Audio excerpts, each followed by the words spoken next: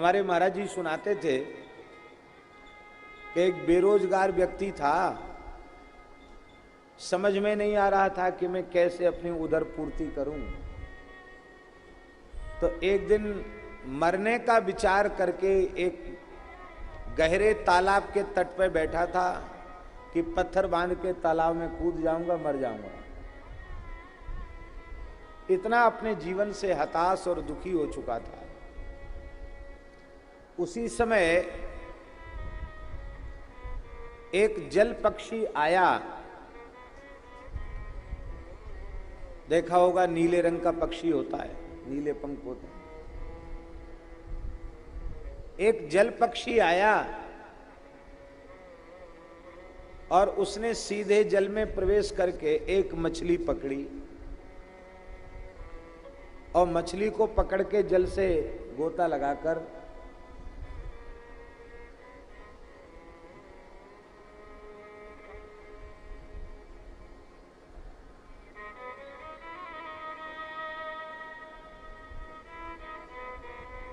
जल के बाहर निकला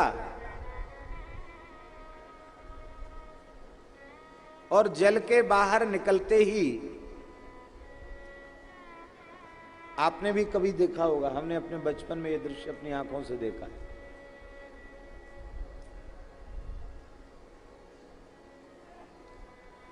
वह जल पक्षी, कोई कोई उसको किलकिला भी कहते हैं, वो जल पक्षी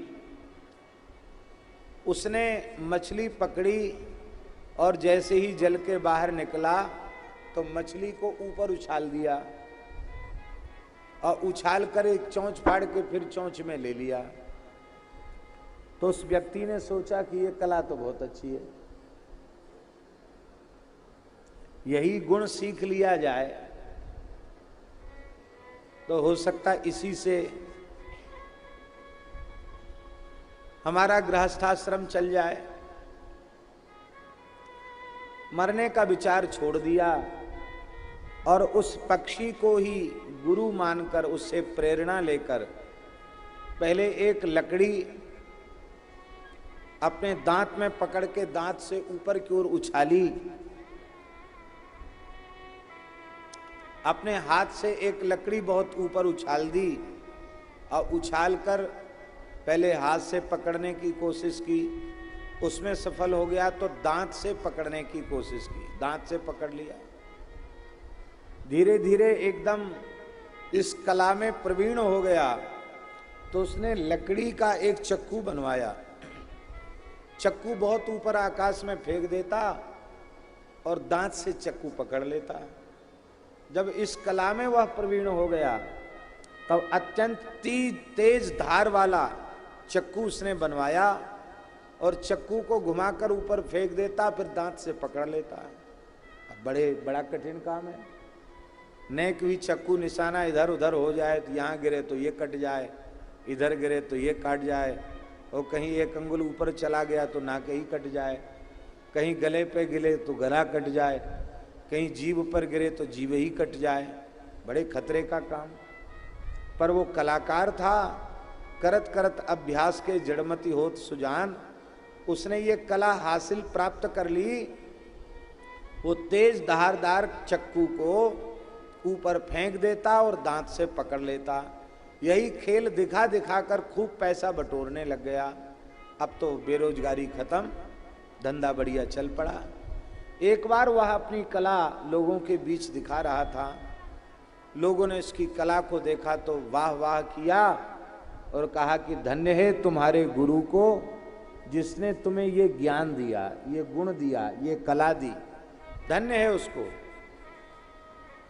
हम जानना चाहते हैं कि यह गुण, यह कला तुमने किस गुरु से सीखी।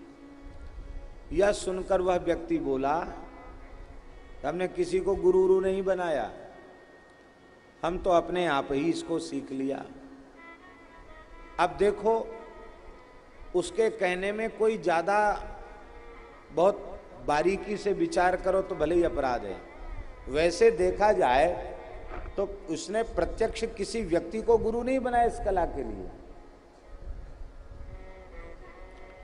इसी दृष्टि से उसने कह दिया कि मैंने किसी को गुरु गुरु नहीं बनाया, मैंने तो अपने आप ही इस गुण को सीख लिया। पर इतना कह देने मात्र से गुरु तत्व का तिरस्कार हो गया। यदि हमने किसी पशु या पक्षी से भी कोई गुण प्राप्त किया है तो उसका भी जीवन पर्यंत गुरुवत आदर करना चाहिए। गुरु तत्व का तिरस्कार हो गया और पूछने वाले व्यक्ति ने कह दिया कि बिना गुरु के ज्ञान होता नहीं, चाहे लौकिक ज्ञान हो अथवा अलौकिक ज्ञान हो, गुरु कृपा से ही ज्ञान होता है। और तुम कहते हो कि हमें अपने आप ही हो गया, तो हमारी समझ में तो नहीं आता। जरूर किसी न किसी गुरु ने ज्ञान दिया होगा और तुम गुरु का महत्व स्वीकार नहीं करना चाहते हो। ये एक प्रकार से गुरु अपराध है। अरे बोले हमने किसी से सीखा हो तब ना अपराध है, हम तो अपने आप ही इसको अभ्यास करके सीखा है। ऐसा कह के वो अपना खेल दिखाना उसने फिर आरंभ किया, क्योंकि वो तो दिखाना उसका काम ही था। फिर भीड़ आई, फिर मजमा इकट्ठा हुआ। अब की बार उसने चक्कू को घुमा करके ऊपर फेंका। हजारों बार दिखा चुका था खेल, लेकिन अभी थोड़ी देर पहले गुरु तत्व का तिरस्कार हो गया। उसका दुष्परिणाम यह हुआ कि आज पता नहीं कैसे निशाना चूक गया और चक्कू को दांत से नहीं पकड़ पाया, सीधे यहां गिरा चक्कू और नाक ही बेचारे की कट गई। इसका मतलब यह है, इससे प्रेरणा यह लेनी है कि गुरु तत्व के प्रति जो कृतज्ञ नहीं होते उनकी नाक बचती नहीं है, उनकी नाक तो कट ही जाती।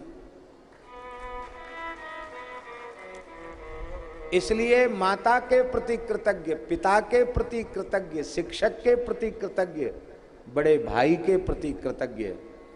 और हम तो कहेंगे संसार में कहीं भी किसी से आपको उत्तम शिक्षा प्राप्त होती हो तो उस व्यक्ति में गुरु तत्व का दर्शन करके उसका भी वंदन करना चाहिए, उसके प्रति भी कृतज्ञ होना चाहिए। आपका छोटा सा बालक, दुधमुहा बालक, यदि कोई कल्याण की बात उसकी वाणी से निकल जाती है तो समझ लो इस बालक की जिह्वा पर बैठकर जगत गुरु श्री कृष्ण हमें उपदेश कर रहे हैं। गुरु तत्व का सदा समादर करना और